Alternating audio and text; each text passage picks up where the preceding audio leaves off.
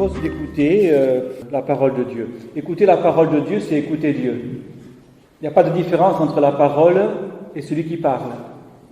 Et donc nous écoutons la parole de Dieu avec attention ce matin. Je lis dans le livre du Deutéronome, au chapitre 8.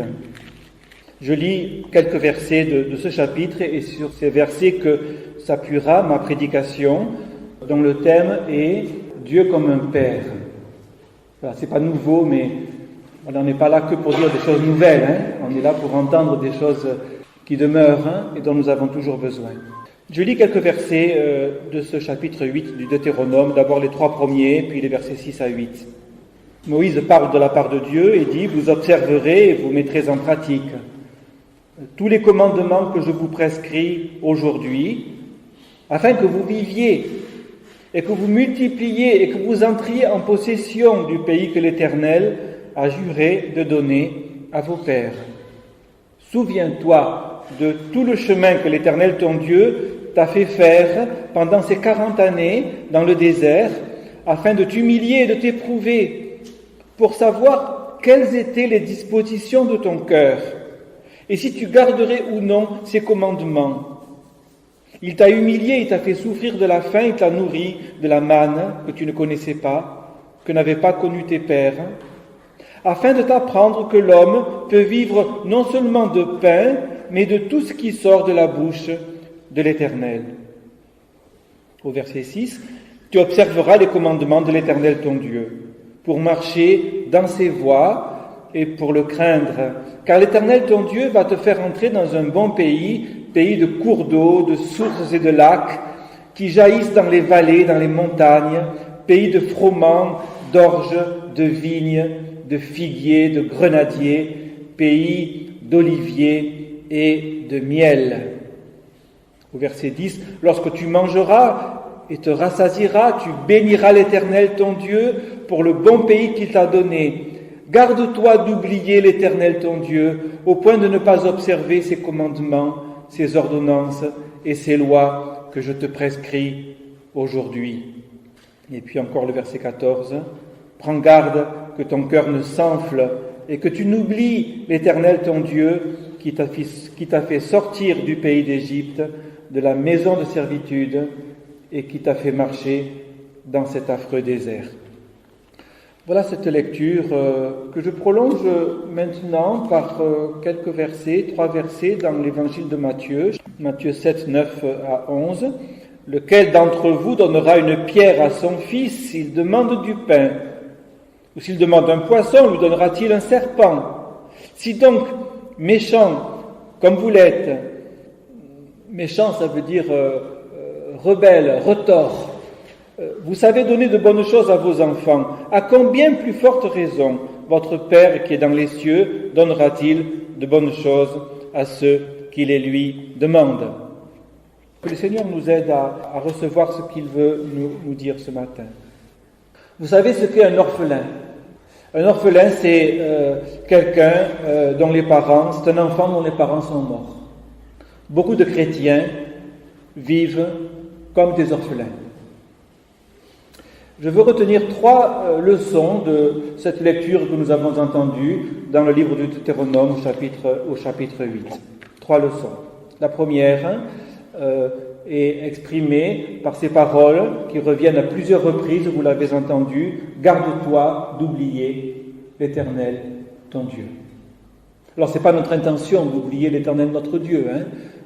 On n'est pas là pour ça, ce n'est pas notre projet, ce n'est pas notre désir.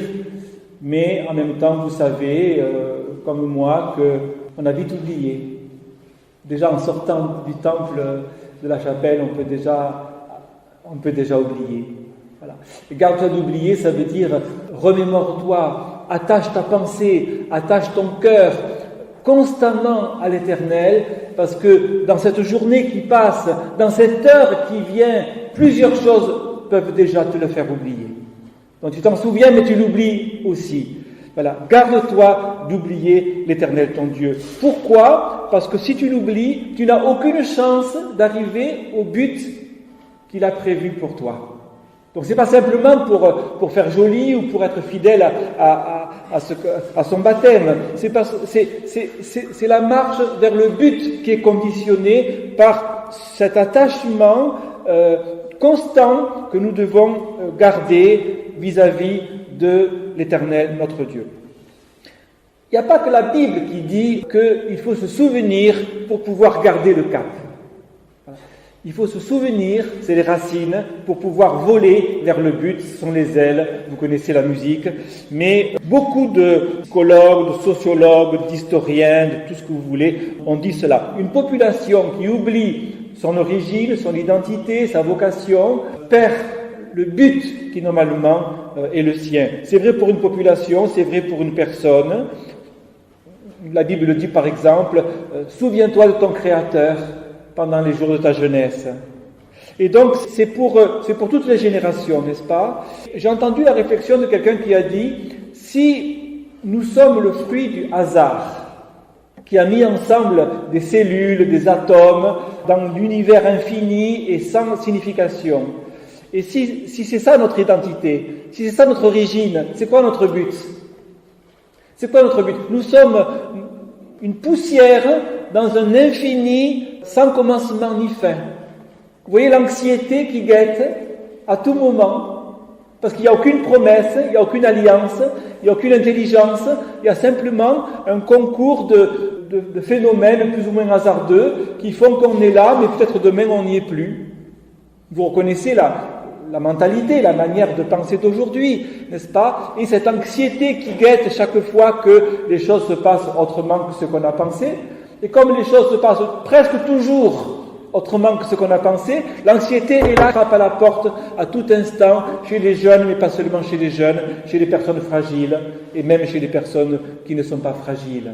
Et donc cette anxiété, si la planète se réchauffe de 2 degrés, ça en est fini de nous, mais peut-être que c'est vrai. Mais la Bible n'en parle pas. Donc si la Bible n'en parle pas, c'est pas si important que ça. Mais c'est pas le fondement sur lequel notre existence est appuyée.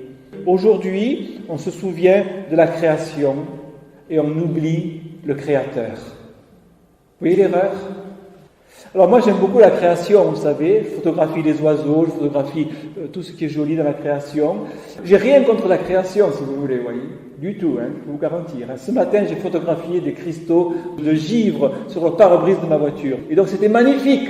J'ai rien contre la création, mais je m'inquiète quand on se soucie de la création et qu'on oublie le Créateur.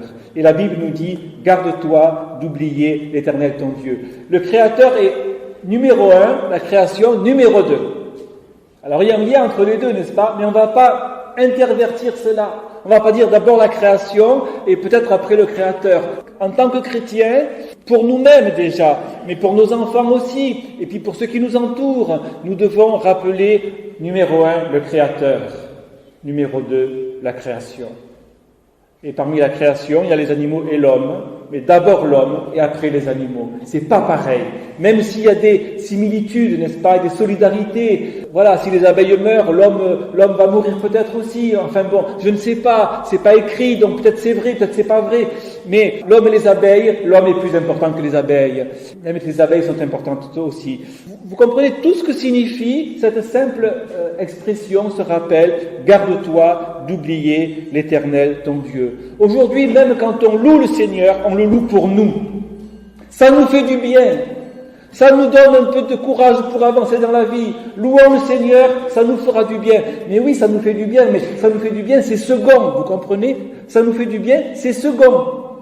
Ce qui est premier, c'est de louer l'Éternel, parce qu'il est digne d'être loué de toute éternité dans les cieux et sur la terre. Ça, c'est premier. C'est ce que veut dire que ton nom soit sanctifié. Exactement.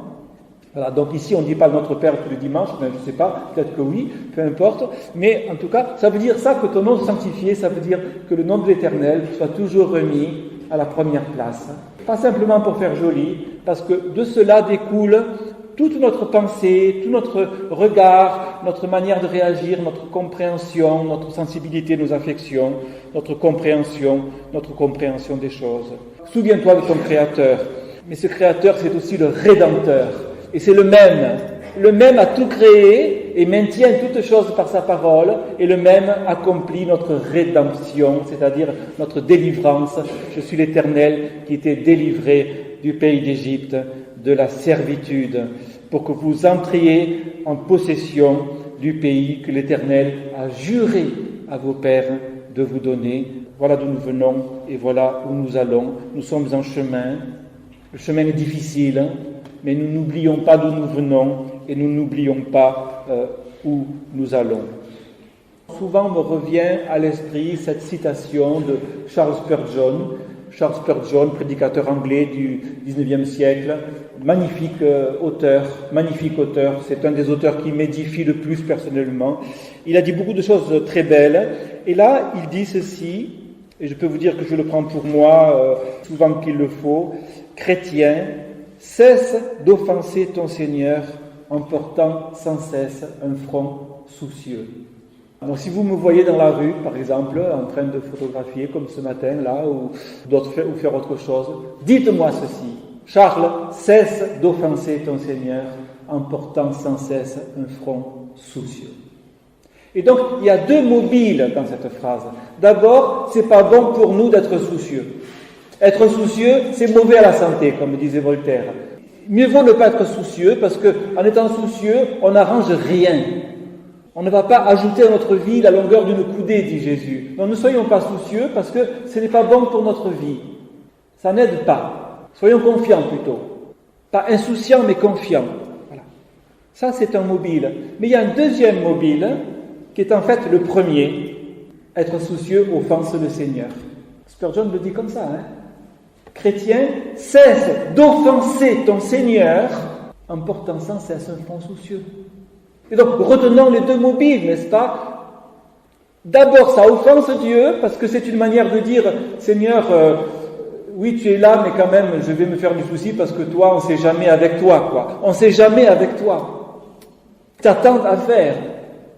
Il y a les Chinois, il y a les tsunamis au Japon, il y a je ne sais pas quoi encore, la banquise, enfin, voilà. Et donc, je vais quand même m'occuper de mes affaires, et puis après je prierai pour voir si tu peux faire quelque chose, vous voyez. On pense d'abord à nous. Mais Spurgeon nous rappelle, c'est d'abord pour Dieu qu'on ne se fait pas de soucis. Être confiant en Dieu, ça honore Dieu. Et honorer Dieu, c'est notre vocation première, frères et sœurs. Notre vocation première n'est pas d'aller bien. Notre vocation première est d'honorer Dieu, qu'on aille bien ou qu'on n'aille pas bien. Est-ce que nous pouvons comprendre cela? Ce n'est pas évident, vous savez. Ce n'est pas évident parce que notre nature ne nous le dit pas de manière habituelle, et ce n'est pas évident parce que nous sommes dans une génération qui ne pense pas du tout comme cela, bien sûr, puisqu'elle a mis Dieu hors jeu, vous voyez, comme dans le poème de Victor Hugo, La conscience, défense à Dieu d'entrée. Ah bon? Et donc, cesse d'offenser Dieu en portant sans cesse un front soucieux. Le chrétien immature pense d'abord à son propre intérêt. Le chrétien mature pense d'abord à l'honneur de Dieu. C'est un peu un défi que je vous lance là en disant cela, hein? Un défi de maturité. Je me lance à moi aussi, d'accord? On a le droit de penser à soi. Bien sûr que oui. C'est normal. Si on ne pense pas à soi, comment on peut penser aux autres aussi, n'est-ce pas? Mais si on pense qu'à soi, on est un chrétien immature. Le chrétien mature pense d'abord à l'honneur de Dieu. C'est mon premier point. Mes points sont de plus en plus courts. Je dis ça pour ceux qui s'inquiètent. Mon deuxième point est porté par deux mots qu'on a entendus pendant la lecture, qui reviennent à plusieurs reprises également: l'humiliation et l'épreuve. C'est afin de t'humilier et de t'éprouver. On pourrait dire alors bon, allons bon, afin de t'humilier et de t'éprouver. C'est pas une bonne nouvelle, hein. On dirait, aujourd'hui, il faut mieux employer des mots positifs quand même, hein. Dans cette période morose, employons des mots positifs. Dans beaucoup d'églises, aujourd'hui, on s'évertue à employer des mots positifs pour essayer de faire un peu de bien à ceux qui l'emploient. Et là, on va parler d'humiliation et d'épreuve. Mais c'est dans l'Écriture, quoi. Donc, pourquoi? La réponse est dans le texte. Pourquoi? Pour te faire ensuite du bien. C'est comme ça, hein. C'est la pédagogie de Dieu. D'abord l'humiliation et l'épreuve, pour pouvoir ensuite te faire du bien. Donc ça nous intéresse quand même, n'est-ce pas? Mais là aussi, il y a un numéro 1, l'humiliation et l'épreuve. C'est comme ça qu'on est devenu chrétien, il me semble. Quelqu'un est devenu chrétien ici sans être passé par l'humiliation et l'épreuve? Ça m'étonnerait, parce que devenir chrétien, c'est ployer les genoux quand même. C'est se courber comme un pécheur repentant. C'est abandonner la fierté et l'assurance qu'on trimballe avec soi en disant « Regardez quand même, je me débrouille pas trop mal ». On est tous devenus chrétiens en passant par la case humiliation. Mais il se trouve que c'est pas seulement une fois. On aimerait que ce soit seulement une fois, n'est-ce pas? Si c'était vraiment une humiliation très grande et très profonde, peut-être ça suffirait. Mais l'expérience montre qu'il faut repasser plusieurs fois par la case humiliation. Je le vois en tant qu'aumônier hospitalier, vous savez. Être à l'hôpital, c'est humiliant, je peux vous le dire. Il faut que vous alliez à l'hôpital. Ah bon, oulala, c'est très humiliant, on préférerait autre chose. Mais pour un certain nombre de personnes, ça inaugure des étapes de renouvellement, de rafraîchissement, de recommencement et de reconnaissance et d'obéissance et de foi. Alors là, je peux vous dire, je le vois, pas tous les jours, mais je le vois quand même souvent. L'humiliation précède la gloire. Et c'est un verset de l'Écriture que vous connaissez, n'est-ce pas? L'humilité précède la gloire. C'est écrit. Pourquoi c'est comme ça? Je ne sais pas trop, mais vous le savez autant que moi. Vous savez ce que c'est un enfant gâté, par exemple? Ça porte quoi comme fruit, finalement? C'est pas top, Imaginez que Dieu, sans humilier quiconque, donne des bénédictions, des bienfaits, des richesses, des promesses, en quantité. Nous deviendrions des êtres impossibles. Et le texte le dit. C'est afin que tu ne dises pas, c'est par ma sagesse et par ma force que j'ai acquis ces choses. Et puis le texte dit également, c'est afin que tu te souviennes que l'homme ne vivra pas seulement de pain, les bienfaits que nous demandons tous les jours, et même pas seulement de la santé, qui est quand même un bienfait remarquable, n'est-ce pas? Mais c'est afin que tu te souviennes que l'homme vit aussi de toute parole qui sort de la bouche de Dieu. Que le pain et la santé, ça dure un temps, et la parole de Dieu demeure éternellement. C'est pas la même chose. Et donc, c'est pas l'un contre l'autre, c'est les deux, n'est-ce pas? C'est les deux, mais là aussi, un est premier. Et donc, nous trouvons cette pédagogie de Dieu qui demeure jusqu'à maintenant. Dieu nous fait passer par une étape ou par plusieurs étapes d'humiliation et avouons qu'on ne comprend pas toujours pourquoi. C'est comme ça. Et quelquefois même, ça nous semble contraire à tout ce qu'on a demandé et tout ce qu'on a attendu et tout ce qu'on a espéré. Et Dieu nous fait quand même passer par là. On a prié pour que tout se passe bien et ça se passe pas si bien que cela. Et on dit, Seigneur, je suis troublé. Ah bon, tu es troublé? Je vais te bénir maintenant. Parce que tu as recours à moi. Parce que tu te souviens de moi. Et donc le trouble prépare le repos. L'humiliation précède la gloire. La pauvreté, le premier verset qu'on a entendu, heureux ceux qui sont pauvres, ils hériteront la terre. D'abord l'humiliation, après l'héritage. C'est comme cela. Ce n'est pas un apprentissage facile, mais c'est comme cela que l'on apprend. Et Jésus lui-même dit, j'ai appris. Jésus a appris. Vous vous rendez compte? Jésus a appris. Il est passé par l'humiliation. L'humiliation de la crèche, l'humiliation du baptême, l'humiliation du désert. Qui envoie Jésus dans le désert pour être tenté après le baptême? Le Saint-Esprit, frères et sœurs, c'est pas le diable. Le Saint-Esprit conduit Jésus dans le désert pour être tenté ou éprouvé. Et donc là, Jésus a frôlé les précipices, le découragement, peut-être une forme de détresse, je ne sais pas. C'était pas facile de jeûner pendant 40 jours dans un désert. C'est le lieu où on n'aimerait pas aller. On préfère le bord de l'eau, on préfère les oasis, on préfère les tables garnies. C'est normal. Mais Jésus est passé par le désert et là, il a appris. Et l'apôtre Paul dit aussi, j'ai appris à être dans l'abondance et dans la disette. C'est pas beau ça? J'ai appris à être content de l'état dans lequel je me trouve. C'est une clé de l'existence, frères et sœurs. Il y a peut-être des gens en prison qui sont plus heureux que les gens qui circulent dans leur voiture à droite et à gauche, parce qu'ils ont appris à être heureux de l'état dans lequel ils se trouvent. Quelle leçon extraordinaire! Et ils sont reconnaissants au lieu de gémir tout le temps. Je cite encore Hébreux chapitre 12, Il est vrai que la correction paraît d'abord être un sujet de tristesse. C'est vrai. Mais pour ceux qui ont été ainsi exercés, elle devient ensuite, plus tard, elle porte plus tard des fruits paisibles de justice. Et c'est vrai, nous aimerions les fruits paisibles de justice sans la correction, sans le châtiment, sans l'humiliation, mais la pédagogie de Dieu est autre. Moi, je ne connais pas tout le détail de vos vies, vous savez, mais il est probable que vous soyez passé, que vous passez maintenant, que vous passerez par une étape d'humiliation, c'est-à-dire de renoncement, quelquefois coûteux. Mais pour ceux qui restent dans la foi, même si quelquefois ils chancellent, pour ceux qui restent dans la foi, cela prépare des fruits paisibles de justice. Et plus tard, c'est quelquefois quelques heures après, quelques jours, quelques années, quelques décennies. C'est vrai que le temps est long quelquefois, et c'est pourquoi nous devons nous soutenir les uns les autres, comme en réalité nous le faisons déjà. Je termine avec mon troisième point, qui a pour titre, un titre qui me touche beaucoup moi-même, l'obéissance par amour. Je vous invite à retenir cette expression, frères et sœurs. L'obéissance par amour.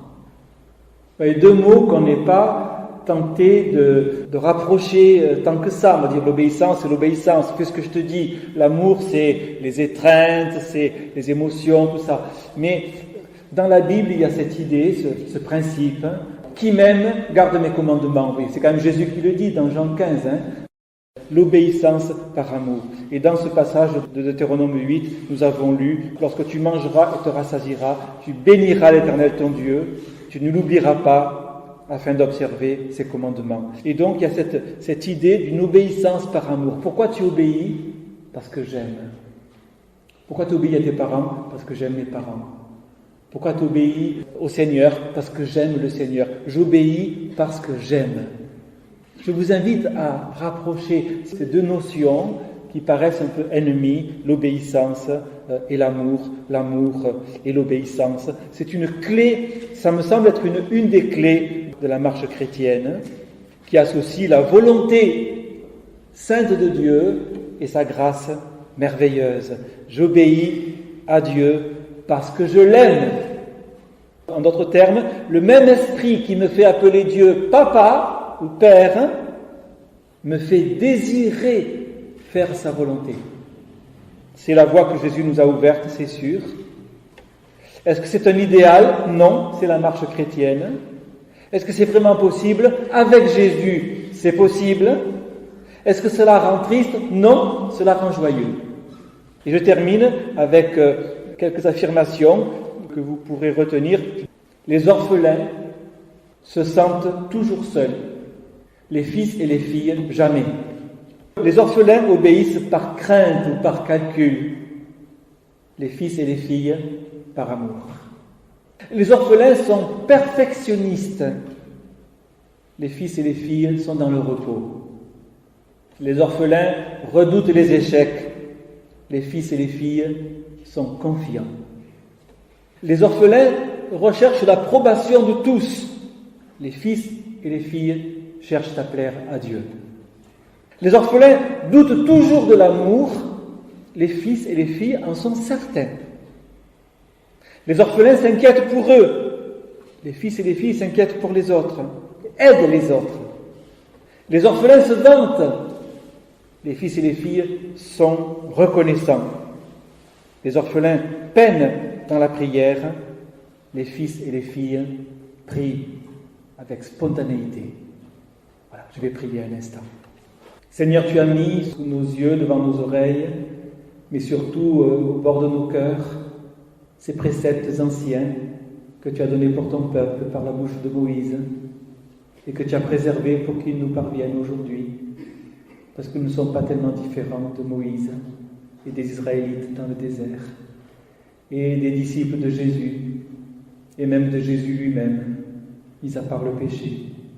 Et combien nous avons besoin de nous souvenir, de ne pas t'oublier, et aussi de la nécessité de l'humiliation et de l'épreuve pour apprendre, et aussi que nous ne sommes pas orphelins, mais des enfants rachetés. et aussi qu'il est bon, non seulement juste, mais bon de t'obéir, Père Céleste, par amour. Rends-nous obéissants par amour, Père miséricordieux et juste. Et que ta grâce ne soit pas seulement un mot, Seigneur, mais qu'elle soit comme un baume qui rafraîchisse nos cœurs, ranime la joie qui parfois s'est éloignée. Par ton esprit, ranime la joie au milieu de nous, Seigneur, au milieu des tristesses. Que notre joie demeure, Dieu vivant, au nom de Jésus.